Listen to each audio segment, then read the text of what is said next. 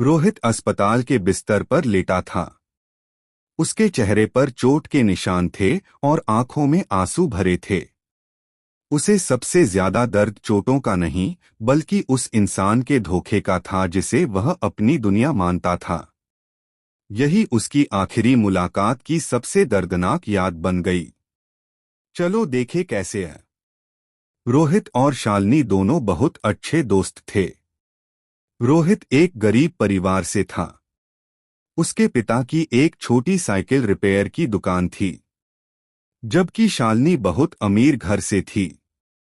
उसके पिता एक फैक्ट्री चलाते थे।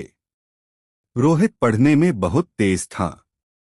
उसके पास पर्याप्त संसाधन न होने के बावजूद वह हर साल अपनी कक्षा में प्रथम स्थान हासिल करता था, जिसके कारण और बच्चे उससे दोस्ती करना चाहते थे।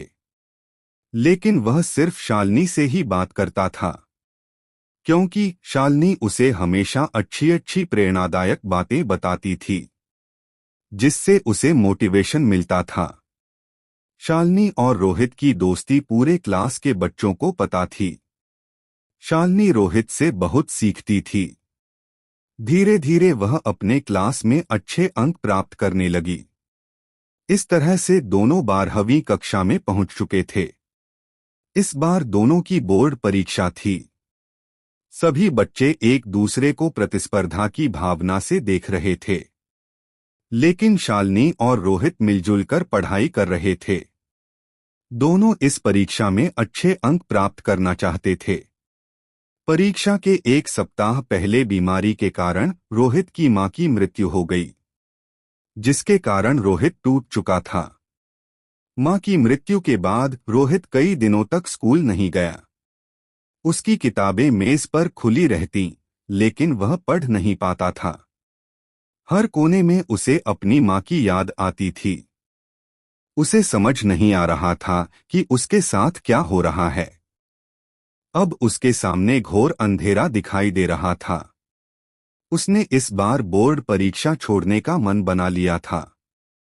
इस बात की खबर शालिनी को पता चली तो उसने रोहित को मिलने के लिए स्कूल के पीछे एक रेस्टोरेंट में बुलाया।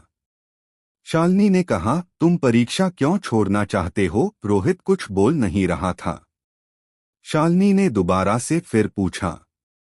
रोहित अपना सिर नीच किए हुआ था।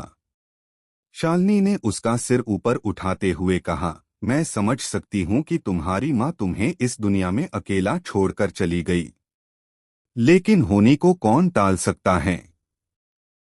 जो होना था वह हो चुका है। इस तरह से चिंता में डूबे रहने से कुछ नहीं होने वाला, बल्कि और नुकसान ही होगा। रोहित की आंखों में आंसू भर आए। शालिनी अपने रुमाल से उसके आंसू को पोंछते हुए कहती हैं, रोहित, मुझे पता है तुम्हारे सिर से माँ की छाया जरूर हट गई है, लेकिन अगर तुम मुझे अपना समझते हो तो मैं तुम्हारे जीवन में छाया बनकर रहूंगी। मैं तुम्हारा साथ हर एक कदम पर देने के लिए तैयार हूँ। इतना सुनकर रोहित आंसू भरी आंखों से शालिनी को प्यार से देखने लगा। रोहित ने शालिनी से पूछा, क्या तुम सच में मेरे साथ कदम कदम मिलाकर चलने को तैयार हो? शालिनी ने अपनी बाहें फैलाते हुए अपना सिर हिलाया।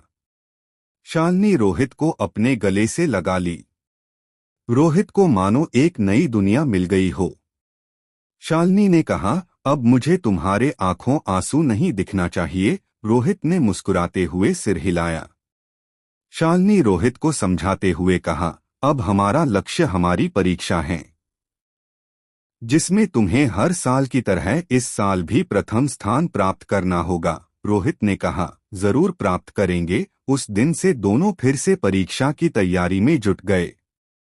दोनों की परीक्षा बहुत अच्छी हुई।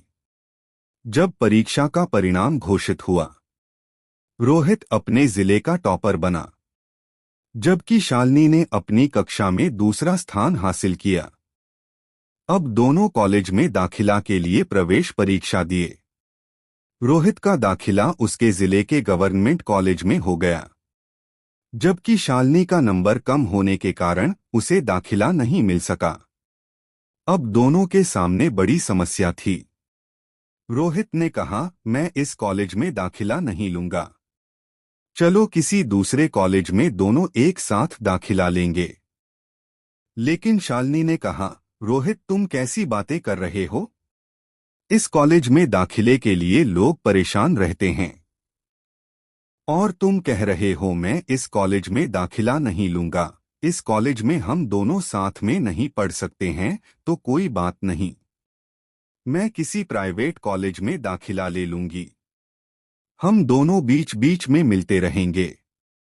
इस तरह से शालिनी ने अपने मामा के घर के पास एक प्राइवेट कॉलेज में दाखिला ले लिया। वह अपने मामा के घर पर रहकर पढ़ाई करने लगी, जिसके कारण उसका और रोहित का मिलना नहीं हो पाता था। किसी तरह रोहित ने कॉलेज में 1 साल कंप्लीट किया, लेकिन उसे शालिनी की कमी हमेशा महसूस होती थी। लेकिन शालिनी को रोहित की याद नहीं आती थी। शालिनी के व्यवहार में बदलाव आने लगा। उसके फोन कम आने लगे। वह रोहित से छोटी छोटी बातों पर दूरी बनाने लगी। कई दिनों तक रोहित ने खुद को समझाया कि शायद पढ़ाई का दबाव होगा, इसलिए शालिनी बदल रही है। लेकिन उसके मन में बेचैनी बढ़ती जा रही थी। आखिरकार उसने खुद उससे मिलने का फैसला किया। आखिरी मुलाकात जिसने सब बदल दिया है। एक दिन वह शालिनी से मिलने उसके कॉलेज में गया। उसने देखा कि कॉलेज में शालिनी और उसके कई दोस्त एक साथ बैठकर हंसी मजाक कर रहे थे। वह शालिनी के पास गया, उसे अपने गले लगाना चाहा। शालिनी ने उसे धक्का दे दी, जिससे वह नीचे गिर गया। इतने में शालिनी का बॉयफ्रेंड पूछता है, शालिनी कौन है ये? तुम्हें गले क्यों लगाना चाह रहा है? शालिनी ने कहा, इसका नाम रोहित है, यह मेरे स्कूल में पढ़ता था, यह हमेशा मेरे पीछे पड़ा रहता था, लेकिन मैं इसे बिल्कुल चाहती नहीं थी। इतना सुनते ही शालिनी का बॉयफ्रेंड और उसके दोस्त रोहित को लात घूंसे से मारने लगे। रोहित के लिए यह दृश्य किसी बुरे सपने से कम नहीं था। रोहित बार बार कह रहा था, शालिनी मेरी जीवन साथी हैं। हम दोनों जीवन पर्यंत एक साथ रहने का वादा किया था। इस तरह से शालिनी के बॉयफ्रेंड ने उसे इतना मारा कि रोहित के नाक और मुंह से खून निकलने लगा। इतना ही नहीं, शालिनी ने कहा, परीक्षा के समय इसकी मां मर गई थी तो मैंने इसे परीक्षा देने के लिए कहा। मेरी वजह से इसने पढ़ाई कर पाई नहीं तो यह फेल हो जाता।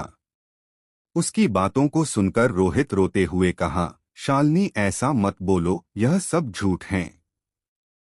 शालिनी मैं तुमसे बेपनाह प्यार करता हूं। उसके बॉयफ्रेंड ने रोहित को घसीटते हुए गेट से बाहर कर दिया।